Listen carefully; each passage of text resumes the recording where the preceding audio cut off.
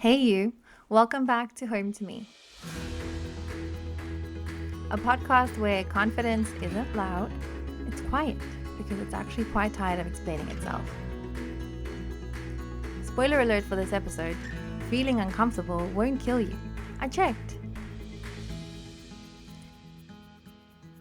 Every week we explore the journey of building self-trust, of finding a way through all the defensiveness, people-pleasing, and self-doubt to that quiet knowing voice.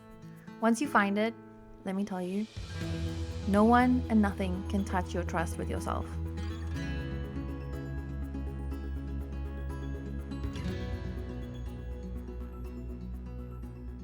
I was thinking about the second episode, and man, it's tough in these first episodes to know what to do to set the tone for what's coming and what this podcast is going to be. So I think a good second episode will be firstly to explore the why. Why this topic? Why is this important? Why self-trust? Why is that the goal? Everybody finds their own why, but here's mine. It can be described as a story of befores and afters. Okay, so here is the story of my before when I used to enter meetings. And to be honest, this is also applicable to social situations for me, but I'm going to start with meetings. Okay. In meetings, my first focus used to be, how is everyone else in this meeting feeling? So I'd be paying attention automatically without even trying to do this. It would just happen to mood, posture, if they're smiling at me, if they seem happy that I'm there, if they seem welcoming. If someone glanced in my direction and then glanced away, I would note it. I would be like, okay, does that person not want me here? Are we cool? That would be where my brain was occupied in those first few moments of arriving. Then I would feel insecure sitting there, wondering if and how I could contribute to make sure that everybody I respected thought that I belonged there. So especially if I was in a meeting with people that I looked up to, or I don't even want to say that because it actually didn't matter if I looked up to them. It more mattered if I thought they were smart and I thought that they knew what they were doing in this company. I honestly didn't even spend time thinking about whether I like them. My full focus was, do they think I should be here? Do they think I'm worthy to be here? Do they think I'm an idiot? Or do they think I'm smart?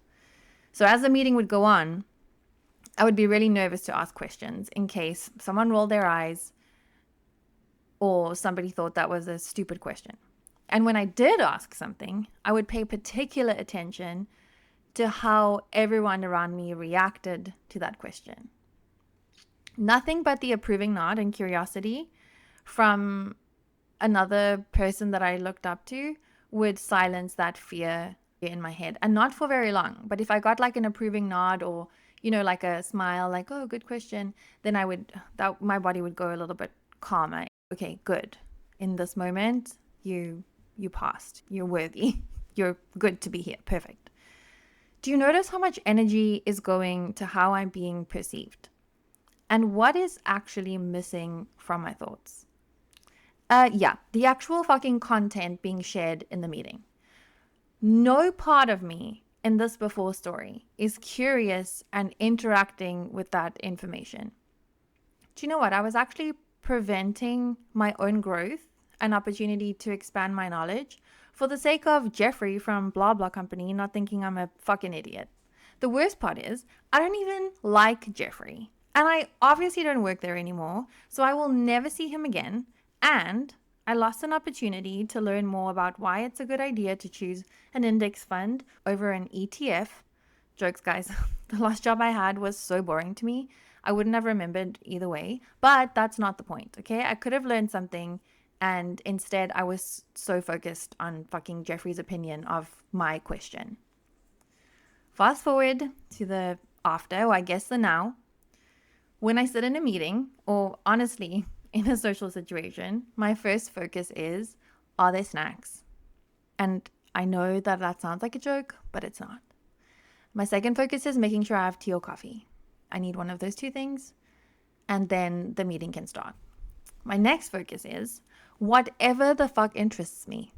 It's like the way I felt before when I entered most social and work situations was that there was a giant spotlight on me, like an audition, everyone is watching and everyone is going to weigh in at the end on whether or not my performance is worthy of belonging to that group or in that meeting. But self-trust looks and feels like a giant buffet. Instead of that spotlight, it now feels like I'm walking into a space and there's just like a giant buffet. I can just explore. No one's watching. I take what looks yummy, what I know will feed me, and I leave the things that I don't like. I might try something I haven't tried before, and then I'll think like, do I like this? Do I not like it? Do I want to keep trying it again? Is it not for me? And that is my why. It's this curiosity, this openness, this absolute freedom. Freedom from self-criticism, freedom from feeling defensive in all of these situations, freedom from self-doubt, freedom to be who I am and trust that that is good. That freedom, I can't even explain to you the relief now. And do you know what's interesting about this journey of mine? You would have thought that there would have been a moment when I decided that this was going to be how I was going to show up, and then it just happened. And that could not be further from the truth. I realized that I was healing and feeling a lot better in general the first time that I was invited somewhere and I didn't want to go, and I just said no. And I waited. Like, it's so funny. I can vividly remember this. I was sitting on my couch. I had my phone in my hand. I got a text like, hey, we're going somewhere. Do you want to come? And I didn't want to come. I was tired. I had had a very long day. I hadn't seen my husband and my kid a lot. We were just getting settled on the couch. And I was like, do we want to go? No, I don't. And I was like, hey, no thanks. We're going to chill at home. I think I replied something like that. And I waited. I waited to feel guilty. I waited to feel bad. I waited to have my brain be like, well, you haven't seen them and blah, blah, blah. I waited and it didn't come. And I was like, holy shit, like, am I healed? Like, what just happened? How am I literally fine saying no to this? That is incredible. So it was more that I noticed the absence of the anxiety than I noticed the calm feeling. I was calm and I was regulated and I felt great. But I didn't notice that part. I noticed that I wasn't anxious, if that makes any sense. Okay, now, if I was listening to this 6 years ago, I would have thought, well, good for you, Steph. But there's like no way in hell I'm going to be chilling at a buffet with a giant spotlight following me around, okay? Like, there's just no way I can be calm if that's happening. Okay, you know what? This metaphor might be getting out of hand. Okay, what I mean is, if it feels confusing and scary and hopeless, the idea of moving from that nervous spotlighty place to like the free open place, that's okay. That's normal. The beauty of doing any kind of inner healing is that literally anything you do differently in the vague direction you want to be moving in is amazing. I'm going to say that again. The beauty of doing any kind of inner healing is that literally anything you do differently and in the vague direction you want to move in is amazing. So here's an example. I'm going to do it with you. Wherever you are right now, let's take a little pause. I am out of breath too. Take a deep breath. Then take another one. And one more for good luck. Okay, then if you're able, roll your shoulders back. I'm doing it with you in case you can hear it. And lift your chin. And put a soft smile on your face. Okay? Nice. Think about one thing that makes you laugh or smile. Think about it's a memory, a TV show, a funny meme, your kid, whatever. Anything that makes you laugh or smile, think about it. Okay. Are you smiling? Do you have the memory? If not, just humor me, okay? Just do it. Just try again. Okay. Got it? Now that you're smiling, think about how grateful you are to yourself to be smiling in this moment. So that would look like, thanks, Steph. This smile feels good. Thank you for smiling right now. This feels nice. Like something like that. Do that to yourself. Enter your name by Steph. You can call yourself Steph too if you want, but whatever. So like you'll be like, oh, Jeff, yeah, this is nice. Nice smile. Nice job. Be grateful to yourself to be smiling. And then say thank you to yourself for paying attention to something that made you smile. Because a part of self-trust is being present. It's staying in the moment and it's noticing things in the moment. So if you remember something that made you smile, that means that in that moment when you picked that up, you were present, you were engaging with that material. That is where your whole focus was. It was on that funny or special or silly moment in time. So you're going to say thank you to yourself for paying attention to something that made you smile. You're going to say, thanks, Steph. I'm so glad that this morning you were present when you were dressing Wilder and he decided to meow like a cat and lick your face. That was hilarious. And if I had been in my head thinking about work or worrying about something or other, I would have missed it. It would have happened, I would have brushed it off, and I wouldn't have this memory. So great job. Great job being present for that moment. Good job, Steph. And then I want you to say, I hope you do a lot more of that in the future. Paying attention to things that create this light feeling in your body. So we say it. We say, Steph, I hope you do a lot more of that. I hope that you keep paying attention to things that create this light feeling in your body and make you smile. There you go. You did it. This was one move in the vague direction of self-trust and building presence and self-awareness. And you just did it wherever you are, in the car, at home, in the bath, whatever. You just did it. Well done. You did something so kind for yourself. You thought about something that made you smile. You showed gratitude towards yourself for noticing that. And I'm going to let you sit with that for a second.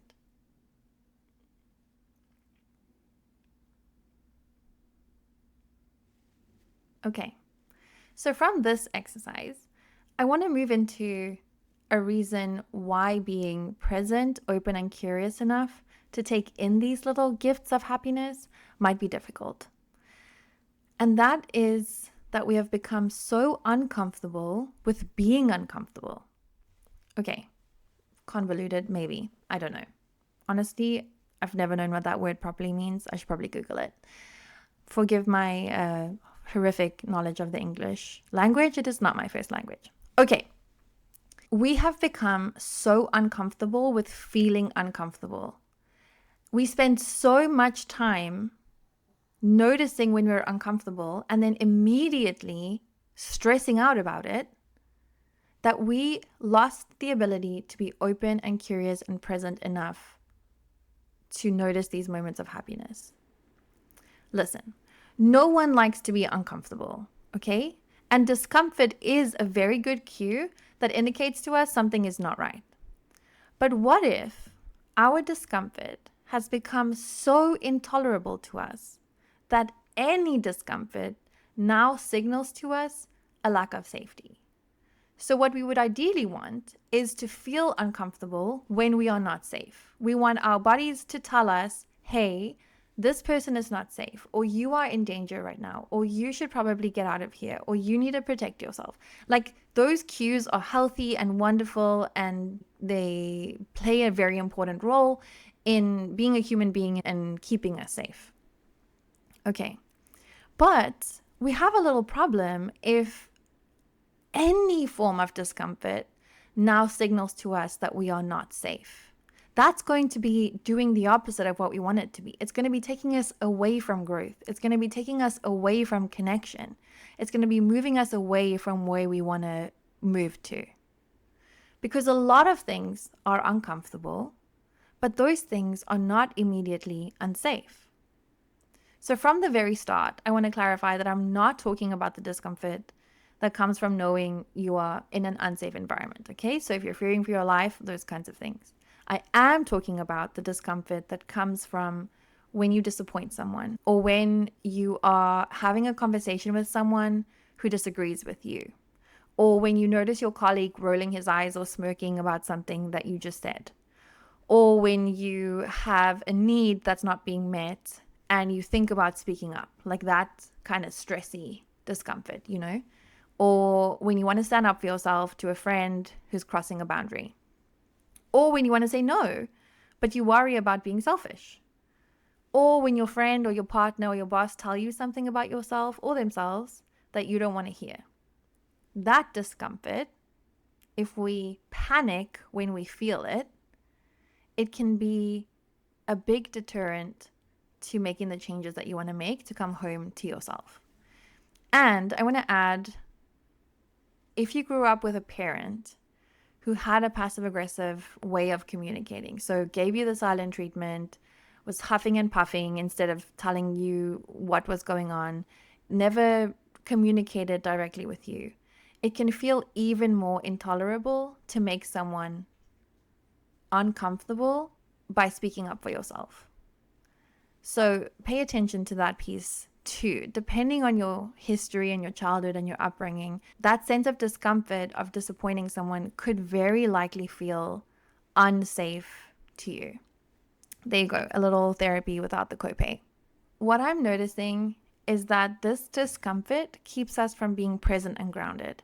And it pushes us into a nervous system response, which would be fight, flight, freeze, or fawn. I might just take 3 seconds to explain those. So I feel like we know fight, flight, or freeze. So our nervous system is responsible for activating or deactivating our threat responses. So when we feel a threat, when we feel like we are unsafe, so this can be a threat that's real, like an unsafe situation or a freaking lion in front of you. And it can also be a perceived threat. So it can also be one of these things that we're talking about, like speaking up for yourself, disappointing someone, saying no. That can also feel like a threat. So your body doesn't always know the difference between a real threat and a perceived threat. It responds the same way. We react to these threats in one of these 4 ways. So sometimes we'll fight, we'll get a lot of energy in our muscles and we'll want to fight to protect ourselves. Sometimes we'll run. We'll want to remove ourselves from the situation, again, to protect ourselves. We'll freeze, like we'll do the possum, like just completely frozen, as little threat and movement as you can to stay safe. Or you'll fawn, which fawn is a new one.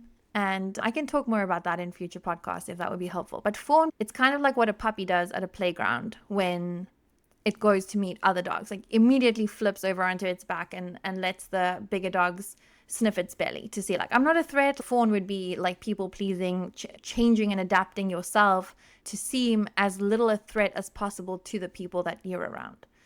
So those would be the threat responses that come up when we feel threatened. So if our discomfort, this is what I was saying, we might have a little problem because when our discomfort is now always interpreted as a lack of safety, this is going to happen. We're going to feel like we want to fight, we want to run away, we want to freeze and shut down, or we want to people please. And that interrupts our ability to connect with ourselves and with others. So what to do, right? I really like to spend time finding the root of that discomfort. And by that, I mean, what is the thing that is so scary to us that it is interpreting this discomfort as a lack of safety? Like, what pushes us into one of those nervous system responses? It's not always obvious. You would think it's obvious. It's not always obvious. In fact, a lot of people struggle to identify what that sensitive spot is inside of them that pushes forward that discomfort when someone touches it. So right now I'm going to show you one way you can begin to learn what yours might be. So, okay, welcome to my metaphorical therapy room. Think about something that makes you uncomfortable. And then, like my friend and colleague Jenny Bailey says, we're going to play the tape forward together. So I'm going to give you my example, and then you move along with me, but using your example. Okay, 15 years ago, it would have made me very uncomfortable to not go to a weekend getaway at a friend's house that was really unkind. So a little bit of backstory. I had a big friendship group back then and we were all really close. We loved to travel together and we would often go to my friend's, I guess in America you could call it a lake house for the weekend. But this friend and I, we were not in a good place. I did not feel safe around her. She would be very passive aggressive and very mean. I want to say this is my experience, okay? There's obviously all many sides to every story, but my experience of her was that she really didn't like me. And she would very quietly and very passive aggressively taunt me the entire vacation if she was in a bad mood. You never knew. Sometimes it would be great and we would get along amazing and everything would be fine. And other times it would really be hard for me. She would make all these little comments and I felt very excluded and very separated. And I didn't want to go.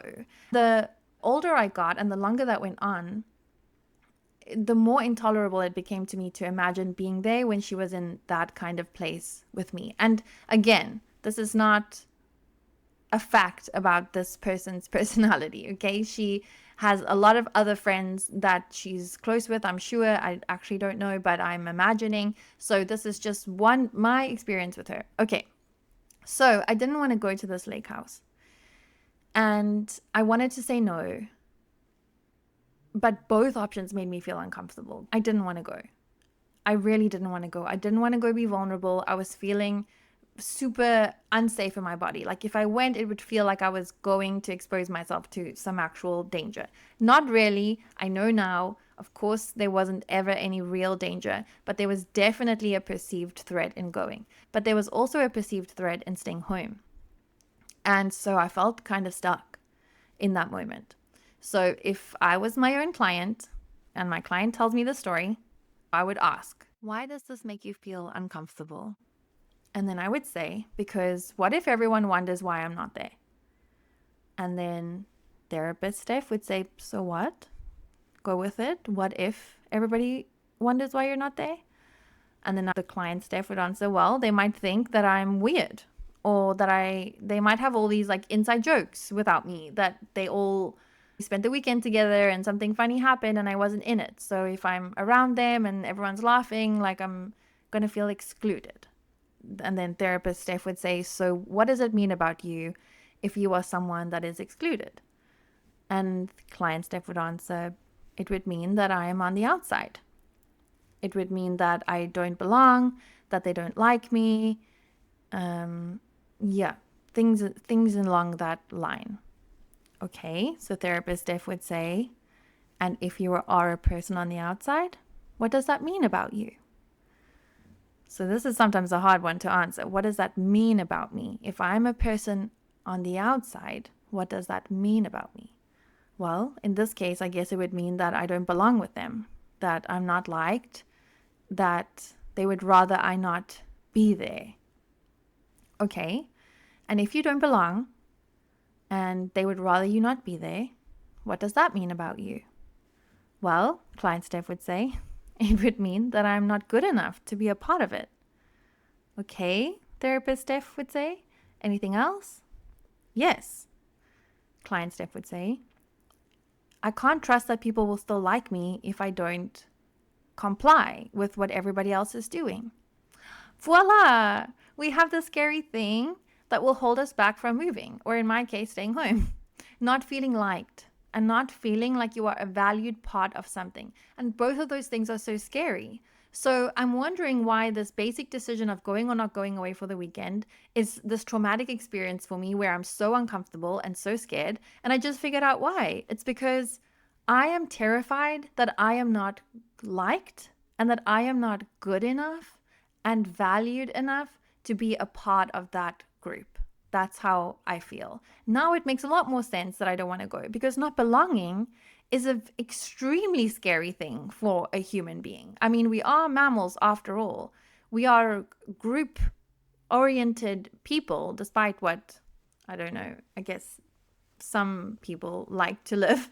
But I believe that we are a community-based people. We thrive off of each other. We thrive off of belonging. That's how we're safe. That's how we stay safe. That's how we stay protected. That's how we raise our kids in community. So of course, if I feel like I am being kicked out or excluded from a community because I'm not good enough to be there, that would be terrifying. We found it. Now let me tell you something about that.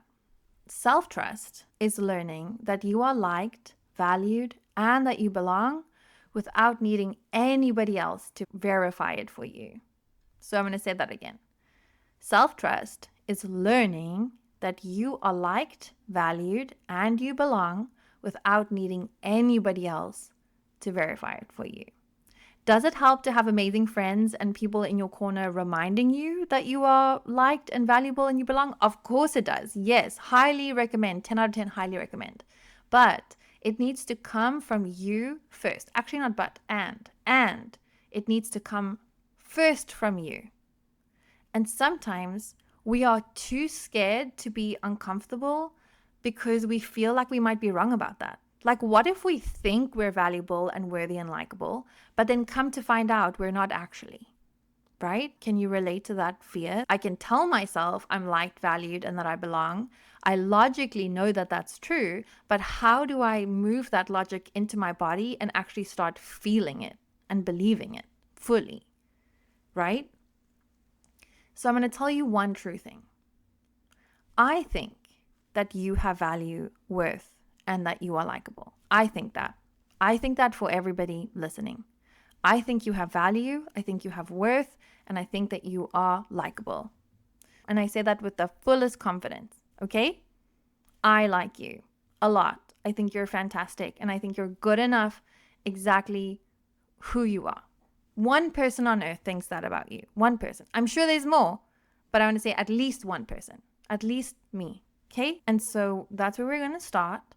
We're going to start with one person. I know that it can be really scary to start to truly practice believing that you have value and worth and that you are likable or even lovable. I know it can be scary. I was there as well. I remember the fear sitting in my body. I understand it.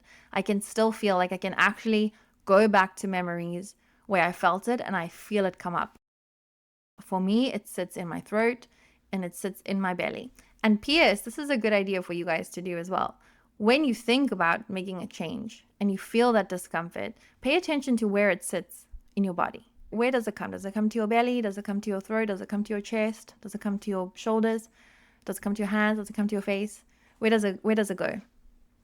Pay attention to where it sits in your body, because once you know where it lives, that feeling, you can also incorporate some body work like deep breathing and stretching, yoga, those kinds of things to help you move that feeling around so that it's not just you talking to yourself and your brain doing the work, it's also your body doing the work. You can move that emotion through.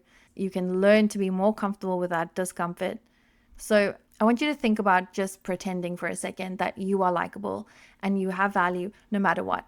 Okay? I want you to think about that, truly believing it, not like in your head being like, oh yeah, I know I have value, but like feeling that it's true, knowing it's true, like an inside knowing, not just a brain logic knowing, like an inside full body holistic knowing. Think about it. And if you start to feel stressed about it, if you start to feel anxious, like what if it's not true, or if you start to feel scared or irritated, whatever the emotion is, just let the emotion be there for a second. Just let it sit there. Make space for it. Imagine yourself making room for it. Imagine yourself expanding a little bit outwards and making space for that feeling to sit in your body. Just make yourself bigger in your brain. Imagine you're getting a little bit wider, taller, you're expanding. And now all of a sudden there's space for that feeling. It can stay there. It's not comfortable, of course not. But you're not unsafe either. So it's okay to be uncomfortable. Nothing bad's going to happen if you're uncomfortable. In this moment, in this example, nothing bad will happen. That discomfort is an old, deeply rooted wound that's sitting there, that's trying to keep you safe by keeping you small, or trying to keep you safe by making you big and loud and unapproachable. It's trying to keep you safe in many different ways. That's all it's trying to do there, that discomfort. It's trying to keep you safe. And it's not in charge of you. It's not your boss. You are the boss. So you work with that discomfort. You say, yeah, you can be here. It's fine. You can sit here. I know that you're there because in a very strange way, you're trying to keep me safe from whatever, from social embarrassment, from being kicked out, from being left out, from being laughed at, from being abandoned. Whatever the reason why you're there, I understand it's because you want to keep me safe. I'm going to make space for you, but I'm not going to listen to you. I'm not going to believe that you're there to tell me that I'm actually unsafe. I know you feel unsafe, but that's different from being unsafe. And it's time that we learn the difference so that we can know when we're unsafe, of course, But we can also learn that sometimes we're just going to feel uncomfortable when we set boundaries and when we stand up for ourselves, or even feel uncomfortable when we apologize for something that we know that we did that was not okay. We're going to feel that sense of discomfort, and it's okay. It can be there. Let it be there. Don't try to get rid of it. That's not the goal. The goal is not to get rid of the discomfort. The goal is to recognize it for what it is and make some space for it. So picture yourself expanding and making space for that discomfort, and just talk with it. Hi discomfort. I know you're here trying to keep me safe, but I know what I want. I know what I like. I know who I am, and I'm going to make the decision that aligns with that. I'm not going to make the decision so that we can feel more comfortable. We're done with that. We're done with that move. We're moving in a new direction. We're moving in the direction that we want to move in, and we're going to take the discomfort with us. It can just be a passenger that just sits there. It's okay. We're going to take deep breaths, and we're going to let the discomfort be there until it's not. One day, it will get smaller. If you work like this, one day it will get smaller. And until then, we're just going to make friends with it. And we're just going to say, thank you for being here. Come with me while I say no to this party. Come with me while I stay home this weekend and hang out with people who I know like me. And yes, I will feel guilty while I'm there. And yes, I'll feel stressed out while I'm there. And yes, I will worry while I'm there that people are talking about me. And at the same time, I will be with people who like me. So I'll be having fun. It's possible to have both of those things happen at the same time. We don't have to pick one. We're humans. We're designed to feel. We can feel more than one thing. It's wonderful. It's freaking magical. So we're going to feel uncomfortable, and we're going to feel whatever other emotion comes from making decisions to move to where we want to go. I hope that makes sense. As usual, I'm going to leave you with something you can take with you today, if you want. Write it down, memorize it, put it in your notes app, whatever. Okay, are you ready? Trusting yourself doesn't always come naturally. You have to practice. Practice every day, multiple times a day. Did you pick a new item to eat for lunch and did you like it? Tell yourself, good job, Steph. What a fucking good lunch pick. You nailed it. You're so good at picking lunch. Did you make yourself a really good cup of tea? Tell yourself, yes, bitch, this tea rocks. How good are you at making tea? Yum. Thank you. How delicious. You're so good at this. Did you volunteer to do a role play with the teacher in your second methods therapy class in front of strangers? Yes, you did that. Well done. That was so fucking brave. Did you fuck it up? Absolutely. But did you die? No. So great job. I'm proud of you for putting yourself out there. Well done. You're so brave. That part of you that didn't learn how to trust yourself is young. And how do we build confidence in little kids? How do we build confidence in young people? We notice all the little things they do and we make a really big deal out of them. That's what I did for myself every single day. So go compliment the shit out of yourself this week and see how you feel at the end of the week. If you focus on doing that every single day, see how you feel at the end of the week. See if you feel at all better and report back, please, in the comments, on Instagram, in the comments, in the DMs. I'm learning, and on YouTube, in the also comments and in the reviews. I'm learning how all of this stuff works. Okay. Thank you for being here, truly. There's so much more to come and I can't wait to share it with you. Welcome home.